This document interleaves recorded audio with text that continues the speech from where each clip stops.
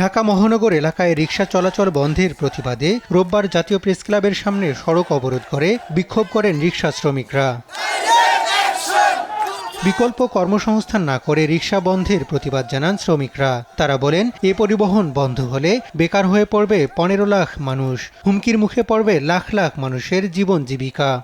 এই লক্ষ লক্ষ শ্রমিক তাদের কোনো কর্মসংস্থান তৈরি না করে, বিকল্প কোনো ব্যবস্থা না করে এ ধরনের রায় দিয়ে আমাদের সংসারগুলোর ভিতরে যে দুর্যোগ ঢেলে দিয়েছে।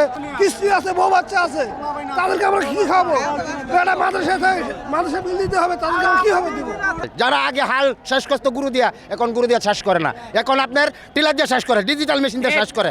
আগে আপনার কোদাল দিয়ে মাটি কাটতো, এখন কোদাল দিয়ে মাটি কাটে না, ডিজিটাল মেশিন দিয়ে মাটি কাটে। সকল কিছু ক্ষেত্রে ডিজিটাল। রিস্কলার বেলা কেন অজুহাত?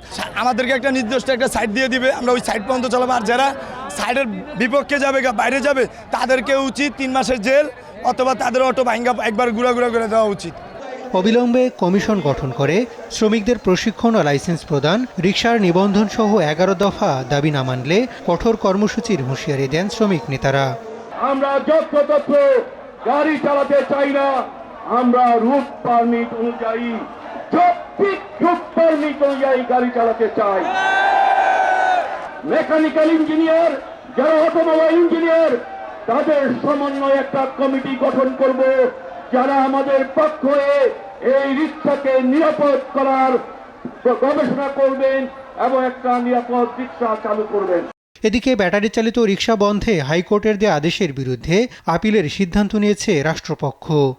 আদেশের কপি পাওয়ার 3 দিনের মধ্যে ঢাকা মহানগরীতে ব্যাটারি চালিত রিকশা বন্ধে মহামান্য সুপ্রিম কোর্টের হাইকোর্ট বিভাগ যে নির্দেশনা দিয়েছেন তার বিরুদ্ধে আপিল বিভাগে যাওয়ার সিদ্ধান্ত নিয়েছে রাষ্ট্রপক্ষ। পিটিশন তৈরির কাজ চলছে। আমরা আশা করছি খুব শীঘ্রই আপিল বিভাগে বিষয়টি শুনানি হবে। তবে রিকশা বন্ধে আদালতের আদেশ বাস্তবায়ন করা হবে বলে জানিয়েছেন স্বরাষ্ট্র উপদেষ্টা।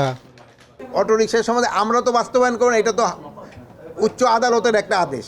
উচ্চ আদালতের আদেশটাই আমরা বাস্তবায়ন করতে যাচ্ছি এবং উচ্চ আদালতের আদেশটার ব্যাপারে আমাদের যে আইন মন্ত্রণালয়, তারা হয়তো একটা উচ্চ আদালত থেকে আজকে হয়তো একটা কোনো ডিসিশন আসবে। ওই ডিসিশনটা যেটা আসে ওই ডিসিশনের উপরে আমরা যা আসবে ওই ডিসিশনের ব্যাপারে আমরা করতে চাই। এদিন রাজধানীর মোহাম্মদপুর, যাত্রাবাড়ি সহ বিভিন্ন জায়গায় রাস্তা অবরোধ করে বিক্ষোভ করেন রিকশা শ্রমিকরা। এতে তৈরি হয় লম্বা যানজট, ভোগান্তিতে পড়েন নগরবাসী। হাসান মাহমুদ, দেশ টিভি, ঢাকা।